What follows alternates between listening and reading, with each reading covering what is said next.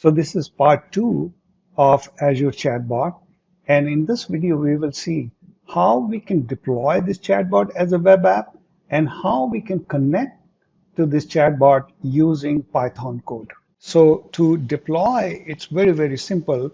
You can come here and click deploy as a web app, and you can just give a name to the app here, Nest, and choose your subscription, your resource group, and the location wherever you want to deploy, and then the pricing plan.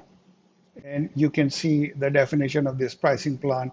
Basically, that will affect how much, how fast people can query and how many people can query. So choose this carefully, and then this can enable the chat history or not. And then you just say deploy. So once you click deploy, the app get deployed, but it generally become active after 10 to 15 minutes. So be aware of that. Otherwise, you will keep going there and trying it out, and you will see a different kind of error. So here we have deployed, then I can click on launch. So when I click on launch, I come to this page, which is saying NIST Azure websites.net, and I can query here about NIST. So for example, I'll try a different query here. What is CSF, which is cybersecurity framework? Okay, say, give me CSF overview. Okay, as we can see, it's working. Now let's see how we can connect this chatbot using our Python code. So this is a very, very simple Streamlit app, and it needs these values for configuration. What is your Azure OpenAI endpoint URL, deployment name, keys, search keys, and the index name. So there's a lot of things, but the code is very simple. So let me show you a trick where from you can get all these values very easily. So let's keep it. And here you go, see, click on view code, and you can view code, and then you can choose Python. And here is key authentication. And as you can see, all those config values I explained you, they all are here. And you can copy the values from here. Only things which are hidden, which is not shown here, is the key value. This key you can get from here. API key for the NIST Open AI service key is here. You can copy it here. The only thing will be missing for you is the search key, Azure AI search key. So that you will get from here. Let's go to NIST search service, and then you go to keys, and then you copy this key. So once you get these thing here, you put all these keys here, and then the code, this is the Streamlit code. I will show you how it looks when it's running, but I just want to quickly show you the real code. And I'm going to share the link of the GitHub so you can download this code. But the main code is just here.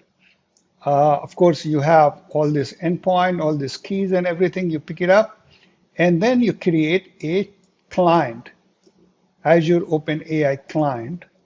And then to that client, you do a create.